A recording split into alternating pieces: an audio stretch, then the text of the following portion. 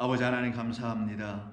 오늘도 천성을 향하여 한 걸음 한 걸음 내딛을 수 있는 능력과 확신과 소망과 믿음 안에 우리를 거하게 하시고 우리를 당신이 정해놓으신 그 영원한 당신의 품이라는 그 나라로 우리를 인도하시고자 지금도 저희들에게 찾아오셔서 영으로 임하여 주셔서 우리의 영혼을 소생케 하시며 더 이상 잠든 영혼, 어두운 영혼, 근심하는 영혼들이 아니라 깨어난 영혼, 기뻐하는 영혼, 즐거워하는 영혼, 감사하는 영혼으로 바꾸어 주시는 하나님의 놀라운 사랑과 은총에 감사드립니다. 오늘도 주시는 말씀을 통하여 우리 하나님께서 우리를 향하여 갖고 계신 그 지극한 사랑을 깨달아 들을 수 있는 복된 시간이 될 수 있도록 저희들 모두를 축복해 주시옵소서. 예수님의 이름으로 기도드립니다. 아멘. 자, 우리 하나님 말씀 나눕니다. 우리 계속해서 이사야 62장 1절로 5절 이 말씀 우리가 다 마치지 못했는데 오늘 이 말씀을 같이 나누도록 합니다. 이사야 62장 1절로 5절입니다. 나는 시온의 의가 빛같이 예루살렘의 구원이 횃불같이 나타나도록 시온을 위하여 잠잠하지 아니하며 예루살렘을 위하여 쉬지 아니할 것인즉 이방 나라들이 내 공의를 뭇 왕이 다 내 영광을 볼 것이요 너는 여호와의 입으로 정하실 새 이름으로 일컬음이 될 것이며 너는 또 여호와의 손의 아름다운 관 내 하나님의 손의 왕관이 될 것이라.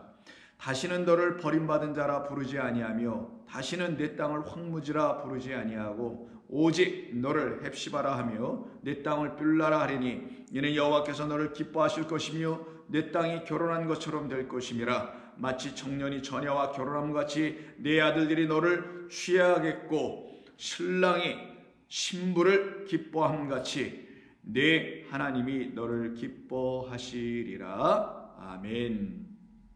우리는 이 말씀을 어제 하나님께서 우리를 향하여서 하시는 말씀, 곧 나는 너희들에 의해서 버림받았다라는 그런 말씀, 우리가 하나님을 버린 것이지 하나님께서 우리를 결코 단 한 번도 버림받은 일이 없으셨다라는 이 사실을 깨달아 알게 될 때 그것이 우리에게는 믿음의 고백이 됩니다. 맞습니다. 그건 참된 말씀입니다. 그것은 온전하고 신실한 말씀입니다. 라는 그 고백이 우리 가운데 이루어질 때 그와 같은 고백으로 시작하는 신앙이 온전한 신앙이며 온전한 믿음의 삶이 되며 더 나아가서는 그 믿음의 삶이 하루하루 연장돼 나감을 여정이라고 하는데 그 여정이 하늘 그 나라를 향하여 온전히 걸어갈 수 있도록 여러분을 이끌어 가게 하는 것입니다. 그래서 온전한 깨달음과 온전한 믿음의 삶은 온전한 신앙의 여정으로 이 모든 것이 하나로 붙어 있다라는 것, 연결되어 있다라는 것을 우리는 놓쳐서는 아니 되며 그와 같은 사실에 입각하여 우리의 믿음의 삶의 초석이 지금 어디에 놓여 있는지, 즉 우리의 믿음이라는 것이 그리스도 예수 그 반석, 우리의 삶의 초석, 첫 번째 돌 위에 딱 올려져 있는지 우리는 이 말씀을 통해서 깨달아 알아야 하는 것이죠. 그래서 우리는 다 같이 고백하게 되었던 것입니다. 맞아요. 하나님은 사랑이시라. 그 사랑의 하나님은 나를 단 한 번도 잊으신 적도 없고 나를 버리신 적도 없고 오직 내가 그를 버렸을 뿐이었구나라는 걸 알게 됩니다. 그럼 우리가 그를 버렸다는 말의 의미가 무엇일까요? 그가 누군지 알지 못하였다라는 말과 같은 말입니다. 그가 누구인지 알지 못하였기 때문에 우리는 그를 버리게 된 것이죠. 그가 누구인지를 우리가 알았더라면 우리는 그를 붙잡을 수밖에 없게 됩니다. 그가 나에게 사랑이라는 사실, 은총이라는 사실, 은혜라는 사실을 알게 됐을 때는 나는 그를, 그 하나님을 붙잡게 될 수밖에 없는 긍휼을 입어야 할 자이기 때문이었던 것입니다. 그런 우리로 하나님께서 미리 정해놓으시고 미리 우리 마음에 그와 같은 당신의 영 말씀을 넣어주셔서 그래서 말씀으로 지어진 자 되어 있다는 사실을 그 자체도 모르고 살아갔던 우리에게 우리 하나님 오셔서 그래서 너희가 내 말을 순종 곧 듣지 아니하고 청종하지 아니함이 곧 나의 율법을 떠나며 나의 율법을 떠났다는 것은 너희들이 알아들을 수 있는 그 너희들의 언어체계 이해체계 그 체계를 가지고 내가 너희들에게 내 말을 준 것인데 그 말을 너희가 버렸도다. 그것은 곧 나를 버림이다 라고 하나님께서 말씀하신 것이었죠. 그래서 신명기서에서 모세를 통하여 하나님께서는 내 백성에게 알려주라고 하시고 그들에게 이 말을 충정하고 순종하게 하라라는 말씀을 끊임없이 주셨던 것은 그래야만이 우리는 하나님을 더 이상 우리의 손에 의해서, 우리의 생각에 의해서, 자기 마음에서 하나님을 버림받은 하나님으로 취하지 않게 되기 때문인 것입니다. 그래서 하나님은 이 4절 번역이 좀 잘못됐다는 것을 우리가 알게 되지 않았습니까?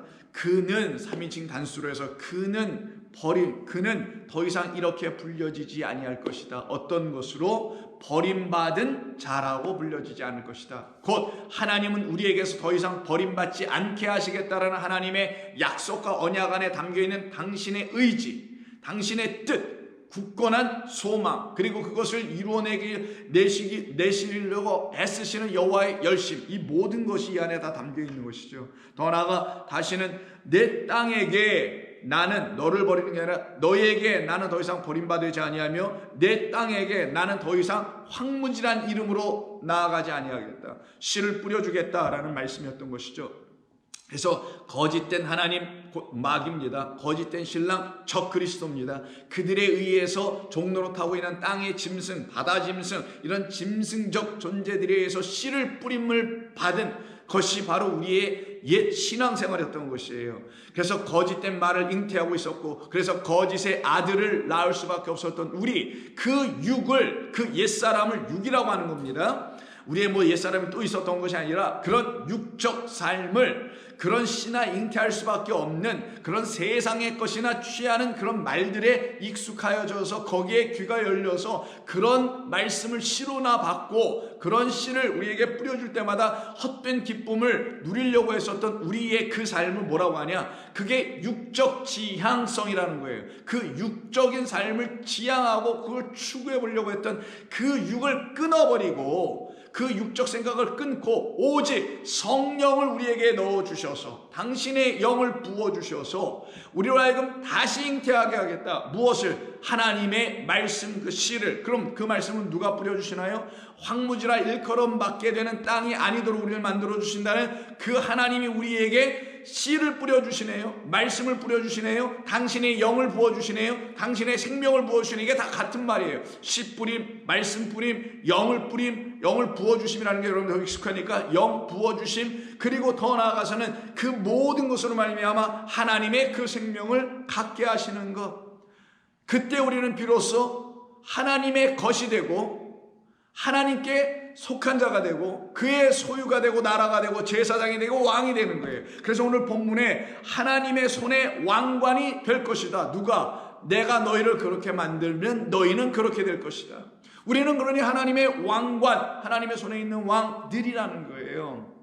이렇게 존귀한 자로 우리를 만들어 가시기 위해서 거짓된 신랑들을 다 어떻게 한다고요? 죽여버리시겠다, 끊어버리시겠다. 그것이 룻기서에 나온 나오미의 남편 엘리멜렉에게 떠난 그 두 아들 기륜과 말년의 죽음, 이 모든 것을 통하여 설명하고, 그리고 남은 여자들만 있죠. 그 여자들을 향한 하나님의 일하심이 무엇인가? 단순히 과부들, 혼자 되어 있는 어떤 분들에 대한 하나님의 긍휼의 어떤 이야기가 아니라는 거 여러분 다 아신다면은 바로 그게 우리를 말하려고 했던 거구나. 우리라는 인간적 존재는 바로 이렇게 우리가 취하려고 했던, 우리의 눈으로도 보고 보암직도 하고 입으로도 먹고 먹음직도 해볼 만한 그런 우리의 선택으로 취했던 그 씨줄 신랑은 하나님이 아니었구나. 그 진리의 그 사랑의 하나님은 아니었구나는 걸 깨달아 안 사람들에게서 그 신랑들은 다 죽을 수밖에 없고 떠날 수밖에 없다는 걸 가르친 것이 룻기죠. 그리고 룻은 어떻게 합니까? 모든 사람이, 이 세상의 모든 사람들이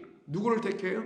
세상의 신을 택하죠. 근데 룻은 누구를 택합니까? 여호와 하나님을 택하죠. 그래서 두 며느리에 대한 이야기, 두 여인에 대한 이야기가 나오는 거예요. 한 여인, 그 여인은, 그 동서라는 그 여자는 바로 세상의 신들, 그들의 신들, 땅의 신들을 추구하고 쫓아가는 자가 되지만 룻은 그런 신이 자기에게 없어요. 그런 신은 이미 다 죽어 있어요. 오직 누구의 신? 여호와 하나님이라는 나오미의 하나님, 그 이스라엘 백성의 하나님, 참된 기쁨을 주는 자라는 의미를 갖고 있는 것이 나오미란 말이에요. 근데 나오미가 자기는 그렇지 못하다는 육적 그 탄식과 그 근심 가운데 있는 자이기 때문에 나를 나오미라 부르지 말고 나를 마라라 불러달라고 한 적도 있지 않습니까? 그게 바로 우리의 신앙 고백이라니까요. 내가 취했던 기쁨은 헛된 기쁨이었구나 라는 걸 깨달아 알 때가 언제였느냐? 내 신랑, 거짓된 신랑 딱 떠나고 그리고 나에게 진짜 신랑이 오기 전까지 그 상태가 바로 내가 그래서 이렇게 쓴 존재, 말하는 뜻은 쓰다. 아주 뭘 맛을 봤는데 너무 써. 처음엔 그 맛을 봤는데 단 줄 알았더니만 내 입에서는 쓰나 내 입에서는 다나 내 속에서는 써야 하는데 아직 쓴 것이 뭔지를 모르고 그냥 단 것대로 단맛이나 취하고 있었던 그 삶이 참된 기쁨을 아직 갖지 못한 삶이 나옴이었다라는 거예요. 그러나 그런 나옴이라는 우리를 향하여 하나님 말씀하신 것이 뭐예요? 너는 마라야, 너는 미리암이야, 너는 마리아가 돼야 되는 거야. 그래야 나는 쓴 존재군요. 나는 쓴 존재군요. 난 참된 기쁨이 뭔지도 모르고 그게 기쁨인 줄 알고 봤는데 그게 정말 쓴 것이었군요 라고 깨닫는 그 성도들을 향하여 하나님은 새 기쁨, 진짜 기쁨, 온전한 희락의 백성으로 만들어 가시겠다. 그래서 나오미에게 뭐라고 합니까? 룻을 통하여 자식을 낳았다. 그래서 기뻐함을 얻는 사람은 성경에서 룻기서에서 나오미로 역사된단 말이에요. 그게 바로 우리라는 겁니다. 하나님께서 그렇게 우리를 취하여 이끌어 가시는 것이죠. 그래서 신앙은, 믿음이라는 것은 바로 우리가 하나님을 버린 것이었구나. 어떻게 함으로? 그 하나님의 말씀을 청종하지 않음으로. 어떻게 청종하지 않았어요? 성령이 주시는 음성, 말씀으로 듣지 아니하여 그 하나님은 여전히 나에게서 버림받고 떠나신 바 되어 수밖에 없었던 것이었구나. 그렇게 이 세상 모두가 하나님을 버렸을 때 하나님은 결정하시죠. 무엇을? 당신의 사랑 부어주심이라는 그 약속을 이루시기 위해서 하나님은 당신에게 하나밖에 없는 그 아들을 버리시기로 결정하시는 겁니다. 그 아들이 바로 우리 주 예수 그리스도라는 이름으로 이 땅에 오신 당신의 현현, 당신의 똑같은 짝이 바로 아들이란 말이에요. 그래서 아버지와 아들은 하나이고 같습니다라고 말했던 것은 하나님이 정말 무슨 아들이 있다라는 말이 아니라 하나님 당신 자신을 우리에게 들추어 보여주실 때 어떤 모습을 보여주신 거냐? 우리가 낳아야 할 존재는 바로 그 하나님이며 그 아들, 바로 우리가 낳는 아들이 곧 하나님이여란다는 사실을 깨달아 알게 해주려고 하는 거예요.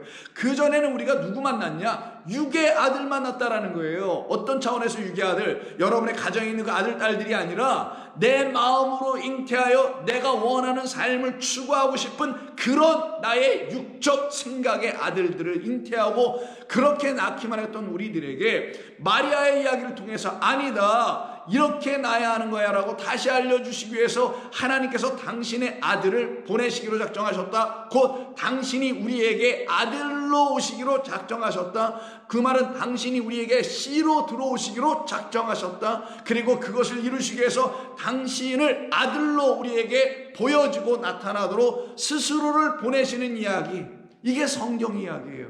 그럼 당신을 버리는 거네요. 당신의 아들을 버리는 건 당신을 버리신 것과 같은 거란 말이에요. 어디로부터? 그 높고 보좌의 그 영광의 자리에서 낮고 낮은 이 죄악의 땅으로 버려져 오시는 분, 그게 바로 하나님의 자기 부인입니다. 그래서 너희는 너희를 부인하고 자기 십자가를 질 때야 비로소 나를 따라올 수 있다라고 우리 주님이 말씀하신 거예요. 그래서 우리 하나님이 이미 보여주신 그 일이 무엇인지를 우리 주 예수 그리스도께서 우리에게 가르쳐 주신 거란 말이에요. 그러면 여러분들이 이 말씀을 쭉 들어보실 때 바로 그것이지, 성경이 말하고 있는 모든 일들은 다 그런 것이었지 라고 깨달아 알게 되지 않겠어요? 그때 여러분들이 창세기 2장에 있는 이 말씀도 드디어 알아 들을 수 있게 되지 않겠냐고요. 그 유명한 말, 여러분 정말 저의 설교를 통해서 수십 번 수백 번 들어보셨을 이 본문 2장 24절, 이러므로 남자가 부모를 떠나 그의 아내와 합하여 둘이 한 몸을 이룰지로다. 이때 떠난다라는 말이 오늘 본문에서 말씀하고 있는 버림받았다라는 단어 아자부입니다. 그러면 무슨 말이겠어요 이게요? 떠나는 게 아니죠. 이게 뭐 떠나는 게 아니라 아자부하여 라는 거예요. 버림받았다라는 겁니다. 그의 부모에게 함께 있어야 될 그 아들이 이 땅으로, 하늘에서 이 땅으로 버려진 바 되었다. 왜? 버려진 우리, 하나님을 버림으로 이 땅으로 그냥 버려진 상태에 있는 우리를 어떻게 하시려고? 구원, 구속, 속량해 내시려고 당신께서 우리에게 하나님의 아들이란 이름으로 예수 그리스도라는 이름 안에서 당신이 있으니 그 이름으로 우리에게 오신 거란 말이에요. 그래서 나사렛 예수 그리스도의 이름으로 일어나 걸어라는 건 그 이름 안에는 하나님이 계셨다라는 걸 말하는 겁니다. 이러므로 남자가 부모를 떠나 그의 아내와 뭐하기 위해서? 합하기 위하여. 아내, 우리들이죠. 우리와 하나가 되지 아니하여 있는, 우리가 하나님과 하나가 되어 있지 못한 우리에게 합하여 하나가 되어서 우리에게 찾아오시는 이야기. 그래서 더 이상 우리가 따로따로 둘이 아니요, 이제는 한 몸이다.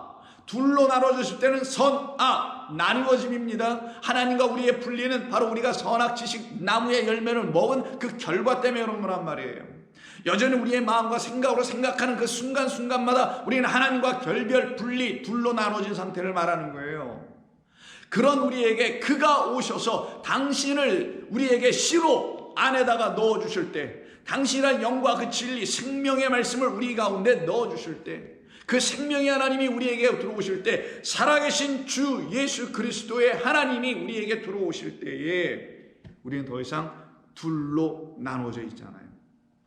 둘이라는 개념이 뭡니까? 나와 너라는 것이겠죠. 이게 둘이잖아요. 이것과 저것, 뭐 이게 다 둘 아닙니까? 그럼 어떤 거예요?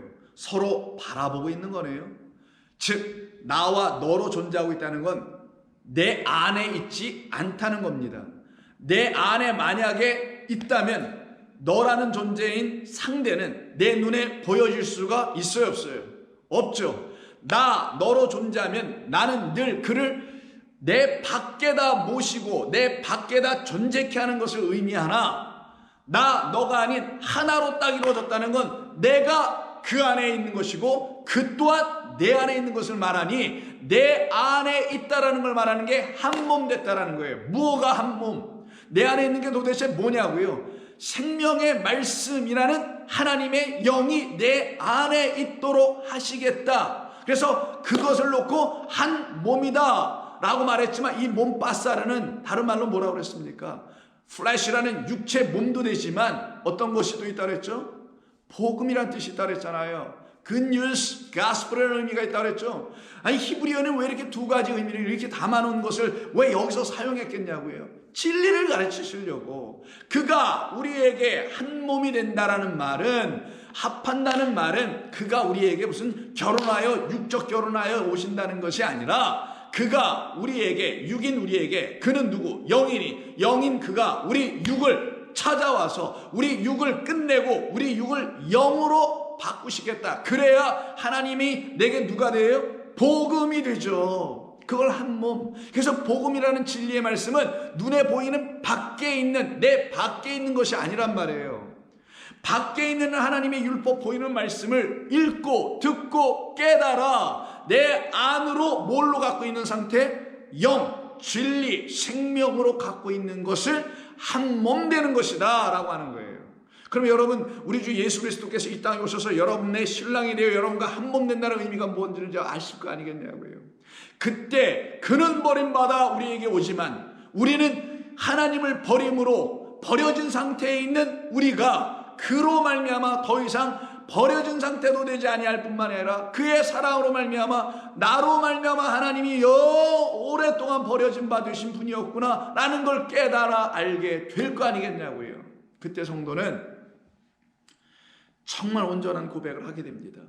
나 같은 사람에게, 나 같은 죄와 허물로 다 뒤집어 쓰고 있는 나 같은 존재에게 우리 하나님께서 그래도 버리지 아니하시고 나 같은 사람을 여전히 사랑하시고 붙드시고 나를 지키시고 나를 인도하시며, 세상 사람들의 철학, 관습, 문화, 종교 등등의 것으로 하나님을 알게 하지 않고 오직 성령으로만, 이 성경에 근거한 하나님의 거룩한 영에 감동된 이 말씀으로만 나를 인도해 나가고 계시니 내 어찌 복받은 자가 아닐 수 있을까?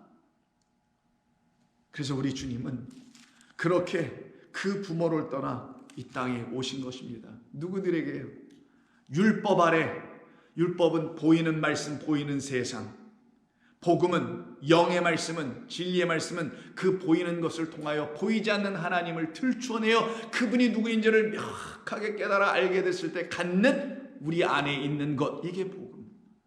그런 율법 아래 있고 세상 아래 있고 육 아래 놓여 있고 이생의 정욕, 안목 등등에 빠져 있는 우리에게, 그 상태, 그 수준에 있었던 우리에게, 그래서 하나님의 말씀을 여전히 듣지 못하고 있는, 어떤 것으로, 위의 것으로, 하늘의 것으로, 진리로, 참된 것으로 듣지 못하고 영의 것으로 알지 못하고 있어 여전히 이 하나님의 말씀을 초등학문 수준으로밖에 깨닫고 있지 못한 우리에게 누가 왔다고요?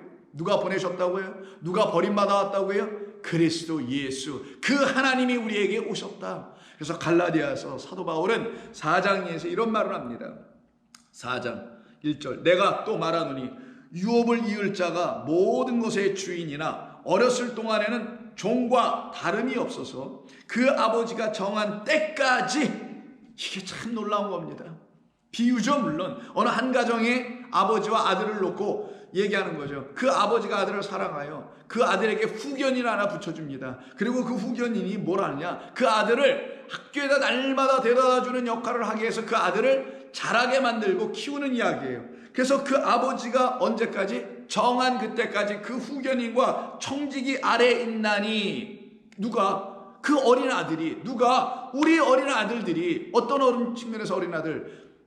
히브리서 5장에 있는 것처럼 너희는 단단한 것을 씹지 못하고 그저 젖이나 빨 수밖에 없는 자, 그게 말씀의 초보의 상태의 우리라고 하잖아요.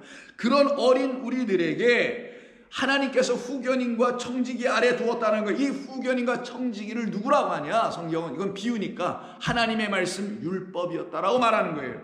그래서 이와 같이, 이건 비유다. 그래서 이와 같이 우리도 어렸을 때, 여기서 어렸다는 게 뭐겠어요? 나이가 어렸다는 겁니까? 아니죠. 깨달아 알지 못한 그 어리석은 자의 삶의 자리에 있었을 때가 어린다는 거예요. 성경은 그걸 어리다고 하는 겁니다. 우리가 어렸을 때 이 세상의 초등학문, 스토이케이온이라고 했죠. 눈에 보이는 거라 했죠.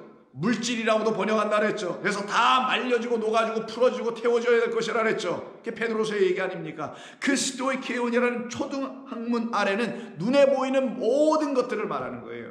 거기에 우리가 다 우리의 시선들이 빼앗기잖아요. 눈에 보이는 거 보암직도 하고 맛있어 보이는 거 먹음직도 하고, 이게 우리 육이 지향하고 있는 내용들 아닙니까?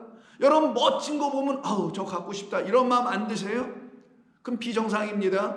육은 육의 소욕이라는 게 있어서 자연스럽게 당연히 하나님 그렇게 지어놓으신 거예요. 근데 금욕주의는 뭡니까? 이 잘못된 이 금욕주의가 그거를 못하게 함이죠. 금욕주의로 안 하게 하는 게 아니라 참된 믿음의 성도의 삶은 하나님의 성령의 열매를 맺을 수 있는 그 성령이 요구하시고 성령이 우리에게 강권하시는 그 삶을 자연스럽게 그의 도움과 강권적인 이끄심 속에서 살아가는 것뿐이지, 애써 자기를 무릎을 치고 채찍을 가하면서 금욕 거기다가 주의까지 붙여가지고 하는 행위가 아니란 말이에요.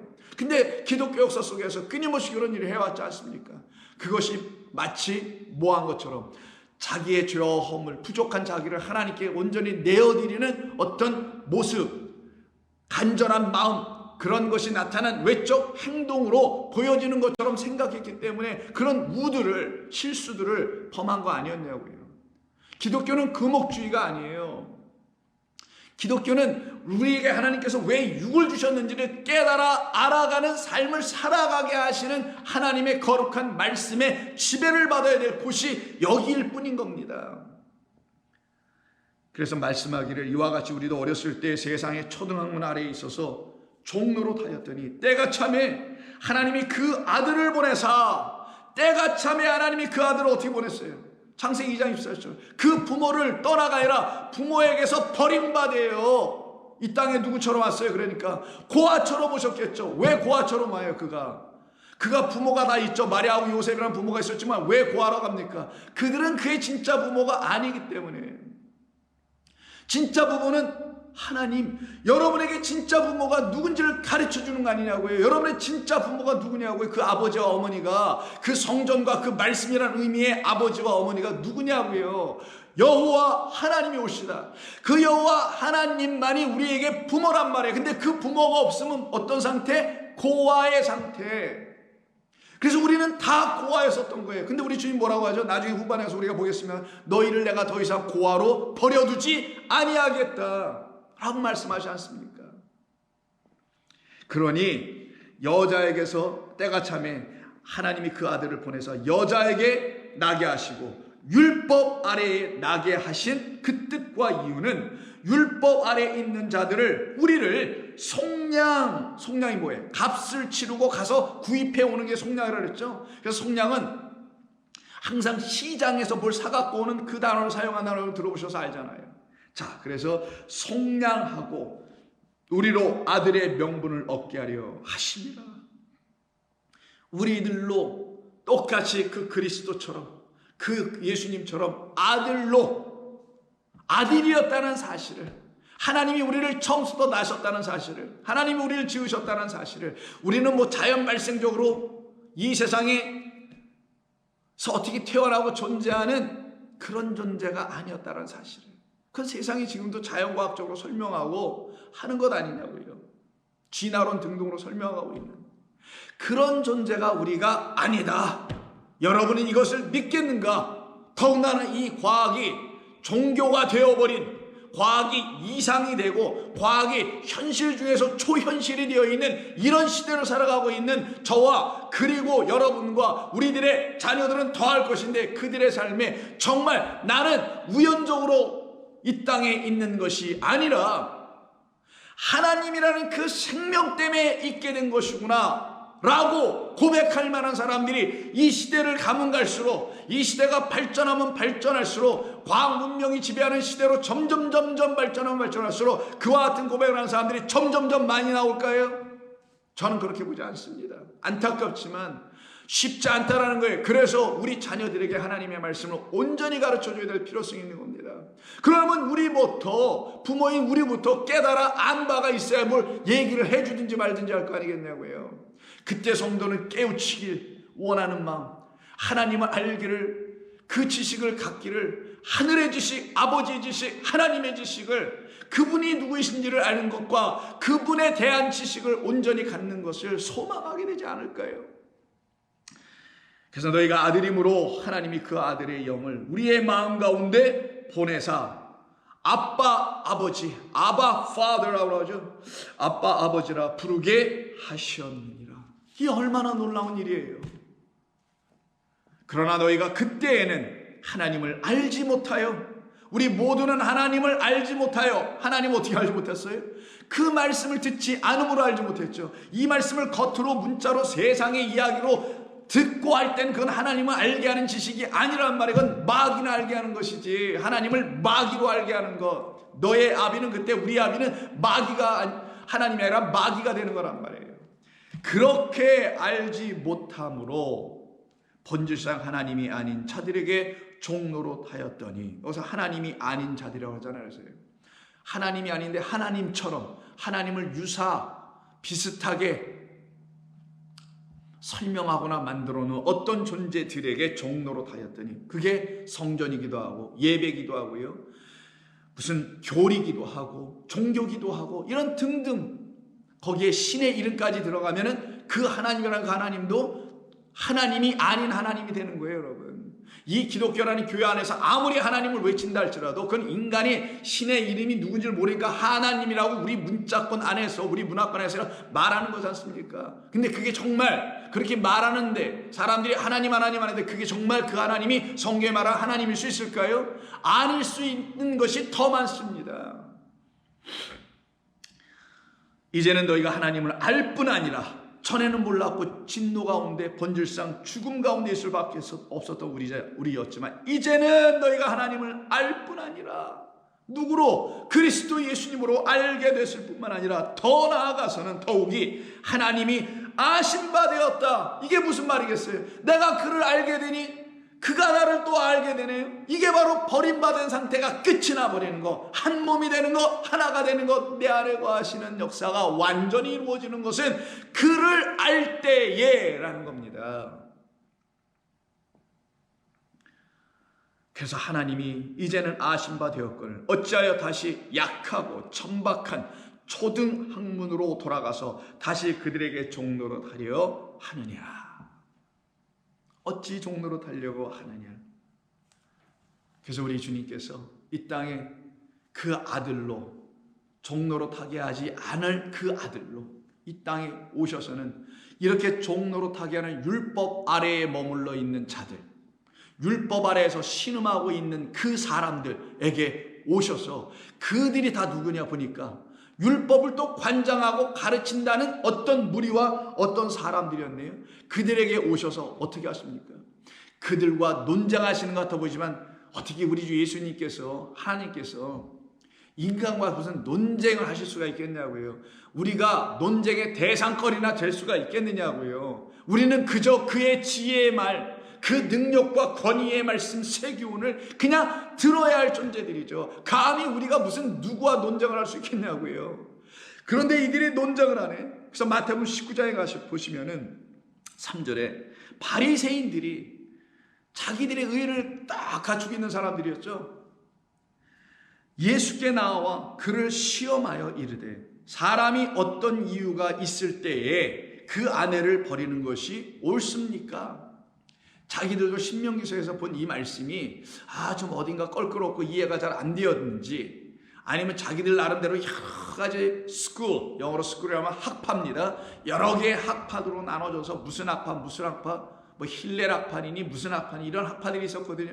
이런 유대 랍비 학파들에 의해서 이렇게도 해석하고 저렇게도 해석하고 이렇게도 보고 있어서 이거 이혼이 뭘까? 이혼은 언제쯤 어떤 상황에서 해야만이 우리가 죄를 짓지 않고 우리 남자들은 하나님 앞에서 언제 잘 또 설 수 있을까? 이런 것을 연구하여 거기에 각주와 주석을 달아 수많은 또 법령들을 제정하고 만들었던 사람들 때문에 그런 배경에서 그럼 당신은 그 이혼에 대하여 어떻게 생각합니까? 라고 묻는 거예요. 다시 들어보세요. 시험의 목적이었죠.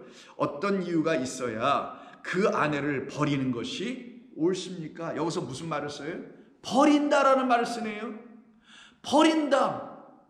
우리 주님께서 버림받고 오셔서 지금 이들에게 의해서 어떤 질문을 받고 있어요? 아내를 버린다는 그 질문을 받고 있네요. 아내는 누구? 우리들. 우리라는 하나님의 신부들 아내들이 이미 어떻게 돼 있어요? 하나님을 버림으로 버림받아 있단 말이에요. 지금 참신랑은 버림으로 거짓된 신랑에게서 묶여있죠. 그 거짓된 신랑들이 누구예요?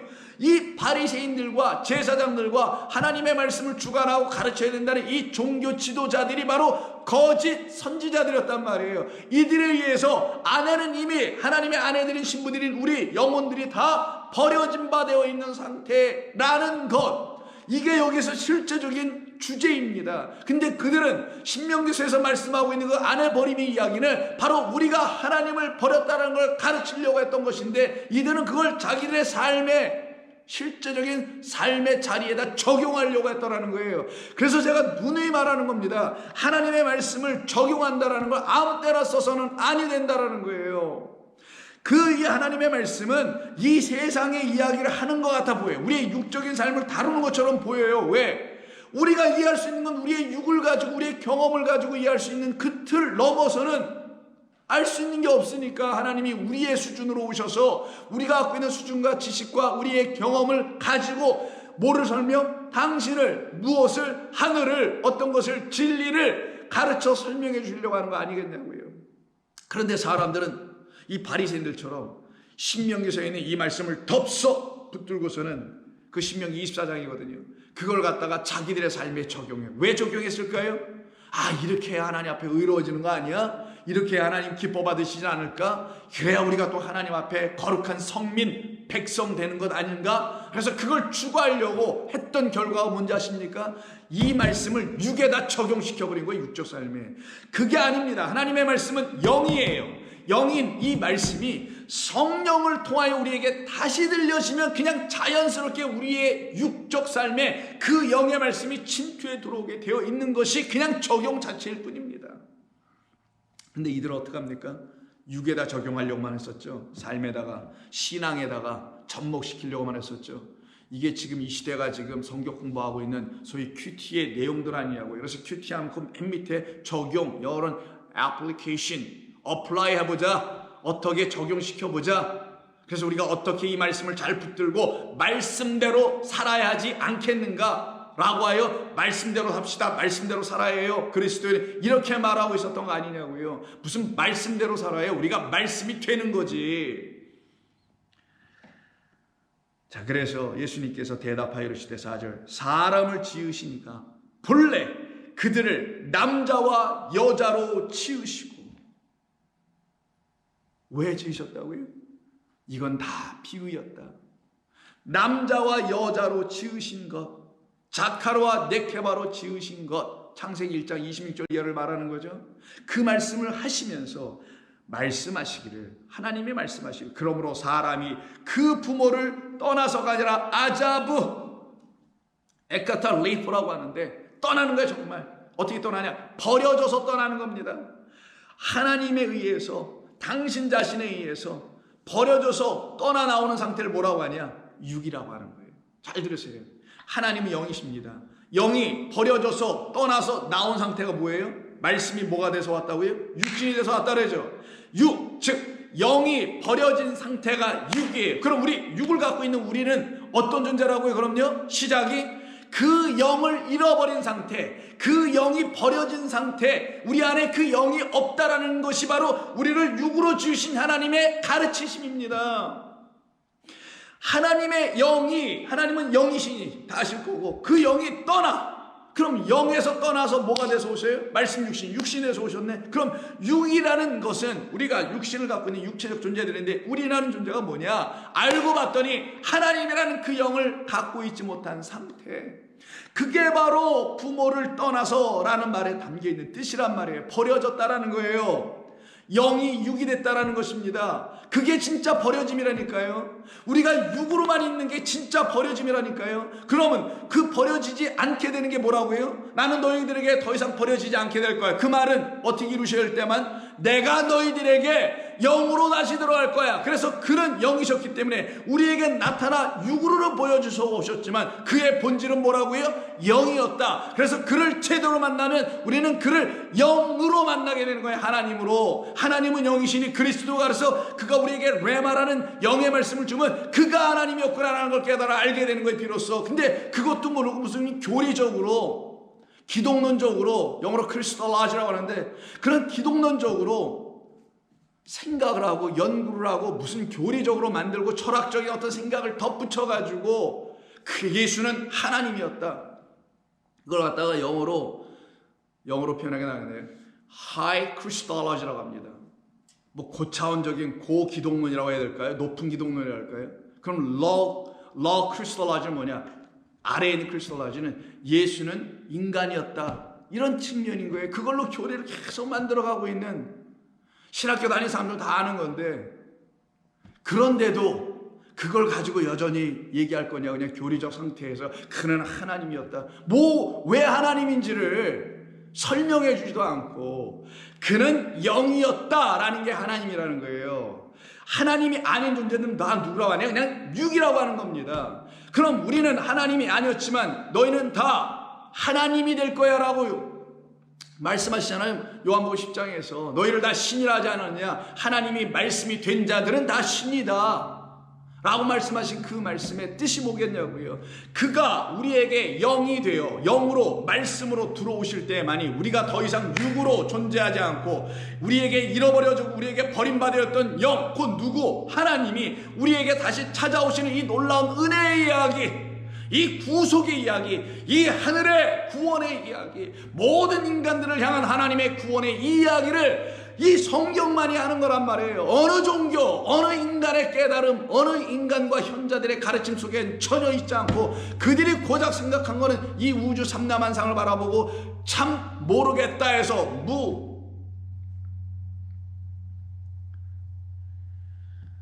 이런 거나 얘기하고 가르친다면, 어디가 다른 세상 종교는 그렇다 하고 다른 철학들은 그렇다 하고 교회가 똑같이 그런 거나 얘기하고 있다면 그들이 어찌 하나님의 아들들을 만들어내시는 그리스도 예수를 주라 시인하고 고백하는 사람들이라 할 수 있겠는가? 여기에 나와 있는 이 바리새인들, 예수님을 시험하는 자와 같은 동일한 존재들이 혹시는 아닐까? 그래서 5절 말씀하시기를, 그러므로 예수님은 두 개를 인용하십니다. 첫째는 왜 하나님께서 남자와 여자를 지으신지 아니? 라고 가르치세요. 그건 다 뜻이 있어서 그래. 둘이 하나가 돼야지, 그래야 뭐가 돼? 아들을 낳을 수 있잖아. 마찬가지로 내가 남자야, 너희는 여자야. 이 둘이 한 몸을 이루게 하기 위해서 내가 나 자신을 너희들이 이해할 수 있는 그 보이는 인간처럼 보이는 예수, 곧 나사렛 예수, 그러나 그 안에 있는 진리가 있어서 그리스도로 내가 너희에게 찾아온 신랑이야. 내가 그 남자야. 그리고 너희는 나와 연합을 해야 되는데, 나와 연합하지 않고 다른 존재와 연합하게 하는 이 세상 종교의 가르침, 유대교, 기독교 등등의 모든 가르침으로 인하여 너희는 전부 다 어떤 상태? 내게서 버림을 받을 수밖에 없는 상태. 그래서 나 또한 너에게서 버려져 있는 상태가 되어 있는 것이다. 그래서 예수님이 두 번째로 인용한 것이, 그러므로 사람이 그 부모를 떠나서 아내에게 합하여 둘이 한 몸이 될지라 하신 것을 너희는 읽지 못하였느냐. 이 두 말씀을, 창세기 1장과 2장의 이 말씀을 너희는 읽지 못하였느냐. 당연히 읽었겠죠. 그럼 이들의 입장에서 굉장히 기분 나쁘고 자존심 상하게 하는 그런 표현일 수 있지 않습니까? 너희들 그런 것도 안 읽어봤어? 이런 말이잖아요. 너희들 글도 모르니? 뭐 이런 것으로 보이잖아요. 이때 읽지 못하였다라는 이 단어가 아나기노스코라고 했죠. 읽다, 헬라어에, 그리스어에 읽는다, 영어로는 read, 우리말로 뭐 책을 읽다 할 때 그 읽다라는 단어를 아나기노스코라고 합니다. 두 가의 합성어예요. 아나와 기노스코예요. 기노스코는 알다예요. 알다. 그럼 읽다라는 그 말 안에는 알다가 이미 담겨 있다라는 거예요. 근데 어떻게 읽어야 알 수 있는 것이냐가 진짜 우리 그리스도인들이 하나님의 말씀을 읽는 방식이어야 되는데, 그걸 가르쳐 주는 게 그 앞에 있는 아나입니다. 아나, 모르나 뭐 이런 농담처럼 보여주기도 하는데 맞기도 하네요. 어떤 것을 알을 때만이. 아나, 뜻은 위의 것. 하나님의 말씀은 땅에다 적용시키려고 한 말씀이 아니라 땅으로 기어 짐승처럼 다니고 있는 너희들에게 하늘, 그 영의 말씀으로 하늘 영이 되게 하려고 하는 말씀이라는 것으로 너희들이 깨달아 알게 될 때에 너희는 성경을 읽은 자라고 한다. 그러니 성경을 100독을 했니, 1년에 1독을 했니, 몇십 독을 했니, 하나도 중요한 게 아니란 말이에요. 요한복음 3장 16절 한 절만이라도 깨달아 알게 되면은, 그 안에 담겨있는 하늘의 진리를 하나 제대로만 알게 된다면 이 성경 다 몰라도 상관없는 거란 말이에요. 근데 그것도 모르는데 다른 것도 알려고도 하지 않네? 그건 게으른 거지. 그건 죽은 거지. 그건 잠자는 영혼이죠. 너희는 그것을 읽지 못하였느냐? 아나기노스코, 너희는 그 위의 것으로 알고 있지 못하는구나. 너희는 고작 너희들의 삶에 이혼이나 하고 버리기나 하고 다른 여자나 취하고 살아가려고 하는 그런 너희의 욕심에 적용하려고 하는 그런 말씀으로 신명기 24장을 너희들이 지금 각주하고 해석하고 각 학파별로 이게 옳으니 저게 옳으니 공론이라 하고 있는 것이 아니냐. 박상공론 말 그대로. 그때 우리 주님이 계속해서 말씀하시고 그런즉 결론을 내리십니다. 이제는 딱 쓰시네요. 지금은, 지금이 뭐예요? 내가 지금이다. 나만이 지금이다. 나만이 현재이다. 내가 있는 이곳, 나로 말미암은 그것, 이게 지금 지금이라는 헬라어의 현재. 현재는 곧 영원입니다. 그 현재가 없는 것은 과거도 미래가 아닌 것이라는 의미에서 현재는 영원 그 자체가 되는 거예요. 만약 현재에 있는 존재가 과거도 생각할 수 있게 돼, 미래도 생각할 수 있는 자가 된다면 그는 현재라는 영원을 살 수 있는 자가 아니에요. 잘 들으세요. 이게 뭐 철학적 같아 보이지만 현재를 산다는, 우리가 지금 현실을 산다면 현재의 존재 안에 있다 이렇게 표현할 때 그 현재라는 것은 우리에게 더 이상 과거가 없고 우리에게 더 이상 인간이 생각할 수 없는 미래라는 것이 완전히 다 배제되고, 그래서 오직 현재만 딱 있다라는 말만 딱 갖고 있을 때에는 우리에게 현재는 그냥 영원과 영원의 연속선상에 있는 그 현재일 뿐인 거예요. 근데 만약에 사람이 과거도 생각해. 옛 것이 그랬었지. 예전에 난 이랬었어라고 예전 것을 계속 생각해. 난 또 앞으로 어떻게 해야 되지? 미래 것을 염려하고 걱정돼. 그러면 그는 뭐냐? 영원이 없는 자.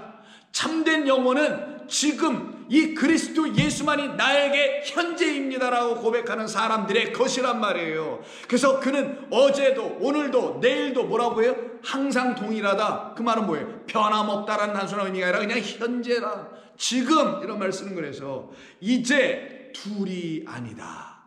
나 영원으로 말미암아 너희도 나와 하나가 되는 것이다. 둘이 아니요 한 몸이니 그러므로 하나님이 짝지어 주신 것을 사람이 나누지 못할 것이니라. 근데 사람이 나누죠. 선과 악으로 나누잖아요. 하나님을 선과 악으로 나누어서 보잖아요. 성경을 선과 악으로 읽어버리잖아요. 인간과 인간, 이 사람과 저 사람, 이 가족과 저 가족, 이 민족과 저 민족, 이 나라와 저 나라를 다 둘로 선악 체계 개념으로 나눠보잖아요. 이걸 놓고 사람이 둘로 나누어진 거예요. 너희는 더 이상 내가 딱 들어가면 진리가 들어오기 때문에 선과 악이라는 나무들은 너희에게 그 열매는 다 떠나가 버리고 너희는 이제 하나님 진리로 모든 걸 보게 될 것이다. 더 이상 나누지 못할지니라. 이 상태를 말하는 겁니다. 그냥 둘이 한 몸 됐으니까 못 나눠, 이혼할 수 없어, 끝까지 어떻게 살아봐야 돼, 이런 육적 적용을 하라는 말이 아니란 말이에요. 여짜오되 그들이 묻습니다. 바리새인들이 그러면 한번 또 시험해 보네요. 어찌하여 모세는 이혼 증서를 주어서 버리라 명하였나이까. 자기들의 그 버려야 될 타당성과 합리성을 끝까지 주장해 보려고. 그럼 왜 모세는 버리라고 한 겁니까? 이 말을 계속 붙잡고 늘어나고 있어요. 왜 이혼 증서를 주라고 했습니까? 그때 그 이혼 증서가 정말 여러분 가정법원에 써주는 서로 두 사람이 사인하는 이혼 증서, 그래서 법원에서 땅땅 찍어준 당신들이 이혼했으니까 저 별개 법적으로는 관계가 없습니다. 그냥 개인입니다. 남남입니다. 이런 게 이혼 증서라는 거잖아요. 근데 성경에서 말하는 이혼 증서가 뭐예요? 하나 되게 하지 못하는 책, 세페르입니다. 히브리어는 증서가 아니에요. 세페르는 book, 책이에요. 그럼 책은 하나밖에 없네요. 하나님께서 우리에게 주시는 책은 이 책밖에 없어요. 이것이 어떤 역할을 했다고요? 너희에게 이혼하게 하는, 하나님과 나누게 하는, 선악으로 계속 보게 하는 책의 역할을 하여 그 책으로 너희들도 읽고 있으니, 그런 이혼이라 하게는 하나님과 나눠지게 하는 선악 지식으로 이 책을 읽고 있으니 내 아내들인 내 백성들, 내 딸 시온의 딸들에게도 똑같이 그런 지식이나 주고 있었던 것 아니냐라는 걸 가르치는 게 신명기에서 이혼 증서를 준다는 말이거든요. 그래서 이혼 증서를, 이혼의 책을 딱 받은 사람, 그 신부들, 그 여자 딸들, 아내들은 내가 왜 이런 이혼의 책을 받아야 돼? 내 인생이 왜 이렇게 기구해야 돼? 라고 깨달아 알고는 그럼 나를 이혼하게 하지 않는 책은 없습니까? 라고 하는 그 생각, 성령이 주시는 생각, 나를 하나님과 하나가 되게 하는 그 책은 없습니까? 그런 말씀을 들려줄 자는 없습니까? 라고 하는 그 생각을 심어줘야 할 사람이 있어야 될 거 아니겠어요? 그가 누구라고요? 그 남자가 부모에게서 버림받아 이 땅에 오셨다는 이 말씀으로 지금 가르쳐주고 계신 우리 주 예수 그리스도의 오시다. 그로 말미암아 더 이상 하나님의 말씀은 나누는 책, 분리하게 하는 책이 아니에요. 선악으로 보는 책이 아닙니다. 하나님은 선하시니 그냥 다 선. 하나님은 빛도 지으시고 흑암도 지으시는 그런 분. 근데 그게 다 뜻이 있어서 그런 거였구나 라고 우리에게 참된 것을 가르치시는 그분. 그래서 내 마음과 생각대로, 내 기분에 따라서, 내 평가에 따라서, 내 기준, 가치 등등에 따라서 판단하고 헤아리는 자의 삶이 딱 끝나버리는 사람을 어떤 사람이라고 하는지 아세요? 성경은 자유한 사람이라고 하는 거예요. 뭐로부터 자유? 이 선악 지식으로부터 자유. 나누는 책, 이혼하는 책으로부터 자유. 그리고 합하게 하는, 하나가 되게 하는 성령이 주시는 말씀, 그 은혜의 복음으로 다시 보는 사람들, 이들이 바로 자유한 자요. 이들이 바로 평강의 사람입니다. 왜?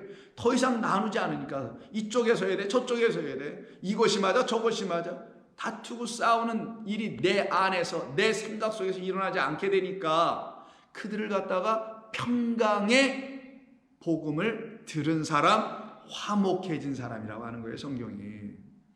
그럼 여러분, 성경에서 말하는 그 모든 말씀들, 용어들, 이런 것을 하나하나 잘 이해할 수 있게 되지 않겠습니까? 그래서 이혼 증서를 주어서 버리라 명하였나이까 물어요. 또 한 번 더 태클을 걸고 들어오는 거죠. 이때 예수님께서 8절에서 이르시되 모세가 너희 마음의 완악함 때문에 자기들은 선하다고 생각했겠죠. 그러나 너희들의 선은 선악 지식으로 너희들의 마음으로 갖고 있는 선이라는 거잖아. 근데 그게 악한 것이란다. 하나님의 마음을 갖고 있지 못한 그 마음으로 뭘 생각하고 열심을 다하여 헌신하고 하나님께 예배 경배 드린다고 하는 그것이 악하도다. 너의 마음의 완악함 때문에. 그것은 오해하면 안 됩니다. 그 남자들이 다른 아내를 얻고 싶어서 그런 악한 마음 때문이라는 게 아니에요. 이거는 그런 육적에다 적용하는 말이 아니기 때문에. 그래서 아내 버림을 허락하였거니와, 왜? 완악함 때문에, 너희들의 그 악함 때문에, 악한 너희들에게 내 아내들, 내 백성 여자들이, 아내 신부들이, 시온의 딸들이 계속 붙어 있으면, 너희하고 있으면 어떻게 되겠어요? 그 아내들이 다 절단나니까, 다 어려움과 공경에 빠지니까, 나쁜 놈 만났기 때문에. 어떤 차원에서 악한 말을 주는 자, 참된 진리를 주지 않고 악한 말을 계속 넣어주는 자 옆에 있으면 안 되니까, 너희들의 그 완악함 때문에 내가 내 백성 사랑해서 이혼하게 해준 거야 임마. 이런 얘기인 거예요. 우리 예수님의 말씀은. 이런 뜻으로 알아듣지 못하면 어떤 그냥 사기꾼 같은 남편, 그냥 학대하는 남편, 그들의 악함 때문에 우리는 이혼해야 돼요. 여러분, 그거 거기다 적용하라고 이런 말씀 있는 거겠어요? 그거는 상식으로 그냥 하는 거예요. 이상한 놈 만났으면 당연히 그래야지. 그걸 뭐 맞아 죽고 삽니까 거기서? 그게 뭐 성도의 인내고 사랑이에요? 자, 보세요. 너희들의 마음의 완악함 때문에 내 아내들, 내 백성들이 죽어가고 있으니, 어떤 말로? 너희들이 내뱉는 그 거짓 비진리의 말대로 내 백성 아내가 죽어나가고 있기 때문에 너희들에게서 떨어뜨리게 하려던 거야. 이게 아내 버림을 허락한 이유다라는 뜻이에요. 근데 이들이 이걸 알아들었을까요? 못 알아듣죠. 지금 설교를 이렇게 하고 있냐고 그럼 사람들이. 아니면 제가 이걸 잘못 해석하는 건지 여러분의 몫입니다. 아니면 여러분 안 들으면 되는 거고. 그러나 본래는, 여기서 본래를 딱 쓰세요. 본래는 그렇지 아니하다. 그럼 뭐겠어요? 본래는 어떤 거라고요? 약속하신 그게 본래다. 그 남자가 부모를 떠나 그 아내와 합하는 게 본래였다. 그러니 너희에게서는 떠나고 거짓 신랑 마귀에게서는 떠나고 육적 생각을 주는 그런 말들에게서는 내 백성들을 나 떠나게 할 것, 이게 내가 이루려고 하는 내 언약 안에 있는 나의 뜻이었다. 아버지의 뜻이었다. 이거 가르쳐주는 게 본래는 그렇지 아니하니라. 본래는 그 남자와 우리는 하나, 너희들은 그 하나님과 하나가 되도록 지어져 있는 것이 하나님의 본래의 뜻. 이 뜻을 바꿀 수 있는 자는 아무도 없다. 너희들이 고작 뒤틀고 변곡시키고 왜곡시키고 바꾸는 것은 이 땅의 육적 삶에 적용하고 종교의 어떤 귀하게 하게 하고 교회나 부흥시키게 하기 위해서 많은 사람들을 모을 때 쓰기 위한 도구로 전락된 게 지금 하나님의 말씀이라는 성경책 아니냐. 그 수준으로서는 너희는 결단코 하나님과 하나가 될 수 없다. 내가 너희에게 말하노니 누구든지 음행한 이유 외에 아내를 버리고, 아자브 또 나오네, 아내를 버리고 다른 데 장가드는 자는 간음함이라. 이것은 무슨 뜻이겠어요? 간음한 내 백성, 바알을 쫓아가고 다른 신들을 찾아간 내 백성은 나에게서 떨어져 나간 백성이다라는 거예요. 그 외에는 내가 그들을 버린 적도 없고 그들은 나에게서 버려진 적도 없고 나를 떠난 적이 없었다. 그 뜻을 말하는 겁니다. 음행한 이후에 아내를 버리고 다른 데 장가가 드는 자는 간음함이라. 이 말씀을 가르치시면서 우리 주님은 버림받아 오셔서 아버지께로부터, 그 부모로부터 이 거짓된 존재들에 의해서 지금 이혼당하고 버림받아 있는 누구? 저와 여러분들을 찾아오셨다는 걸 가르치는 겁니다. 내가 그 주인공이야. 내가 너희를 나와 한 몸 되게 하기 위해서 온 그 버림받아 온 자야. 그래서 너희 버림받은 자와 나 버림받은 자가 이제 하나로 만날 때가 지금이다 라고 우리 주님이 말씀하신, 그래서 지금이란 말을 아까 쓰신 거란 말이에요. 지금, 이제는 둘이 아니다. 왜? 나 버림받아 왔거든. 어떤 상태에서 버림받아 왔다고 했어요? 부모를 떠나 버림받은 겁니까? 아니죠. 영이 육으로 온 것이다. 그러나 내 안에는 누가 있어요? 그리스도라는 그 영이 있다. 그래서 누구든지 그리스도의 영이 없으면 그리스도의 사람이 아니니라. 짝이 될 수 없다. 나는 영이었는데 영이 버림받아요. 육의 모습으로 왔지만 내 안에 영이 있다는 걸 내가 십자가에서 내가 다시 버려짐으로 너희들에게 그 영을 넣어줄 것이며, 그 버려진 내가 너희들에게 찾아와서 버려진 너희들을 내가 다시 짝으로 맞이할 건데, 어떤 차원에서 버려진 너? 영은 버리고 육으로만 남아있는 너, 그래서 육으로만 남아있는 너에게 영으로 내가 찾아와서 한 몸이 되게 할 거야 라는 뜻이에요. 복음이 되게 할 거야. 나로 복음이 들려지게 할 거야. 너희가 그 복된 소식을 갖게 할 거야 라고 말씀하는 겁니다. 그러니 그 한 사람, 그 한 남자, 그 첫째 아담, 그 아담을 통하여 우리가 만나야 될 진짜 신랑은 그 둘째 아담인 거예요. 그래서 첫째 아담을 통하여 둘째 아담을 깨달아 알아가는 걸 믿음의 삶이라고 하는 겁니다. 예수님을 통하여 그리스도를 알아가는 거예요. 그 육을 통하여 그 육 안에는 하나님의 영이 있다는 사실을 알아가는 것, 그 영으로 버려져서 오셨다라는 사실. 제자들이 이르되 만일 사람이 아내에게 이같이 할진대 장가들지 않는 것이 좋겠나이다 라고 하는 이상한 말을 던지게 되죠. 그럼 이 제자들은 제대로 깨닫고 있지 못한 상태죠. 그럼 이 제자들도 똑같이 뭔가 자기들의 측면에서 우리 예수님을 쫓아오고 살아갈 때 뭔가 율법 아래 놓여 있는 자들은 아니었을까요? 그래서 곧바로 19장에 여러분 잘 아시는 율법의 종로로 타고 있는, 그래서 여자 아래, 어떤 여자 아래? 자유자의 하늘의 여자에게서, 그걸 사라로 통해 설명하자 갈라디아에서, 하늘의 어머니 자유자의 어머니에게서 낳지 못하고 여전히 하갈이라는 율법의 종을 상징하고 비유하는 그 하갈, 땅의 여자로에게서 낳은 자들이 다 우리라는 거예요. 그런 우리들에게 찾아오신 분이라는 사실을 알려주려고 여자에게서 나시고 율법 아래 나셨다는 게 갈라서 지금 4장에서 우리가 읽었던 내용이죠. 그런 율법 아래 여전히 종로로 타고 있는 어떤 재물이 많은 청년의 이야기가 곧바로 이 이야기 속에 붙는 이유가 바로 이렇게 바리새인들처럼 율법 아래 종로로 타고 여자 아래 땅의 여자, 종의 여자에게서 자유자의 어머니에게서 나지 못하여, 즉 말씀이라는 거예요. 어머니는 그 말씀으로 나지 못한, 여호와 입에서 나오는 그 말씀, 그 입으로 나지 못한 그런 존재인 어떤 한 사람이 찾아오게 됩니다. 그에게 뭐라고 하시나요? 너의 가진 모든 수혜를 다 어떻게 하라고요? 버려라. 그 버려야 될 게 뭐겠어요? 율법 초등학문, 바로 물질 스토이케온이라고 하는 그 차원의 것을 버리라는 것이죠. 하나님의 말씀을 버리라는 게 아니고 십계명 버리라는 게 아니라 그걸 버려라. 그리고 그걸 버리고 나면 너는 가난한 자가 될 거고, 그러나 너희 가난한 자에게 줄 것이 있는데 하늘의 보화를 너에게 줄 거야 라는 말씀을 던지죠.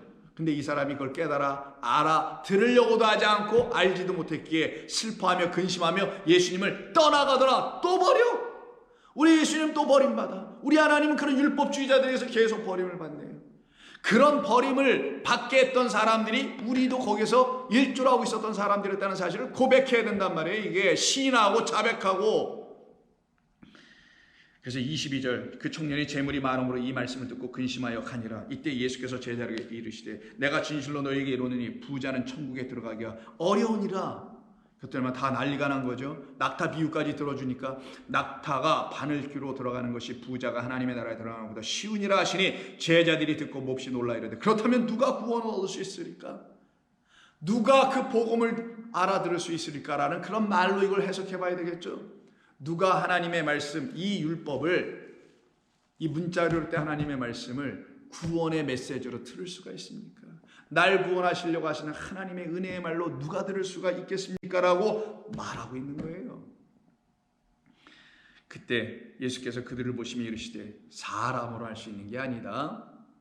사람 생각, 사람 교훈, 전통, 유전, 교리, 학습 등등으로 체계화시킨 어떤 도구마, 틀, 영어로 square box라고 하죠. 그 틀 밖으로 넘어가면 뭐 이단이 잘못된 것이라고 말하는 어떤 전통주의자, 아니면 스스로 정통이라고 말하는, 그래서 정통과 전통을 함께 갖고 있다면 우리가 2000년 뭐 몇천 년 이렇게 믿어왔는데라고 하는 그 사람으로는 불가능하다. 그걸로 이루어지는 게 구원이 아니야. 하나님만이 하시는 것이다 라고 대답을 해주시니 이때 베드로가 또 치고 나오기를 대답하여 베드로가 27절에서 말합니다. 보소서 주님, 우리가 모든 것을 아잡아 버리고 주를 따라싸운데 그런즉 우리가 무엇을 그럼 얻을 수 있겠습니까? 그럼 이 베드로가 말하는 버렸다는 게 뭐겠어요? 성경이 우리 주님이 가르쳐 주신 그 말씀의 뜻 가운데서 우리가 깨달아 알아야 될 그 버려야 될 것, 우리의 육을 버리는 것, 그래서 영을 다시 취하는 것, 우리에게 제 영이 버려진 바 되는데 그 버려진 영, 말씀을 다시 우리 안에다 갖는 것, 이것을 놓고 지금 이가 버렸다고 말하는 걸까요? 그가 버렸던 건 뭡니까? 자기 가족, 자기 직업, 자기 삶, 자기의 영광, 미래 등등. 그러나 예수 만나서 그것보다 더 맥값절이나 뻥튀기여서 맘대로 축복이라도 한번 받아보려고 했던 그런 이생의 자랑과 안목의 정욕, 이런 것을 추구하는 차원에서의 버림이라고 말하는 거 아니었겠냐고요. 이런 사람들이 누구였느냐? 다 한때 열심으로 교회에서 헌신하고 충성하여 하나님께 다 모든 것을 바쳐보겠다고 우리를 한번 드리려고 했던 우리의 옛 모습을 이 베드로가 보여주는 것은 아닐까요? 이 베드로의 이야기에서부터 내일 계속 말씀을 좀 나눠야 될 것 같습니다. 벌써 보니까 1시간 다 돼가는데, 오늘은 이 바리새인들을 향한 이야기 말씀 속에서 그 남자가 부모를 떠나는 게 아니라 버려져서 그러나 그의 실체는 영 하나님이셨다. 그분을 우리가 다시 만나야만이 우리에게서 버려진 바 된, 그래서 육의 껍데기만 가지고 살아가고 있는 우리, 이 껍질을 어떻게든지 도모해보고 여기다 치장하고 장식하고 이걸 멋지게 만들려고 하고 있는 그런 우리, 그 그림자의 삶만을 갖고 있는 우리, 뭐가 없어서? 그 영이 없어서. 그 영이 우리에게 찾아오셨네, 성령이 오셨네, 이 기쁜 소식을 온 세상 전하세요. 기도합니다. 하나님 감사합니다. 오늘도 저희들에게 주시는 이 말씀을 통해서 하나님의 나라의 그 의의 말씀을 다시 들려주시니 감사합니다. 성도들로 하여금 이 말씀을 이제 성령이 다시 들려주셔서 그들의 심령과 마음과 삶 속에서 하나님의 말씀을 깨달아 알아들을 수 있도록 도와주시옵소서. 역사해 주시옵소서. 다시금 이 말씀을 그들로 하여금 되새김질하며 곱씹으며 묵상하며 이 하루를 계속 이 말씀 가운데 거할 수 있도록 축복하여 주시옵고 축복받은 백성들로 인도해 주옵소서. 예수님의 이름으로 기도하옵나이다. 아멘.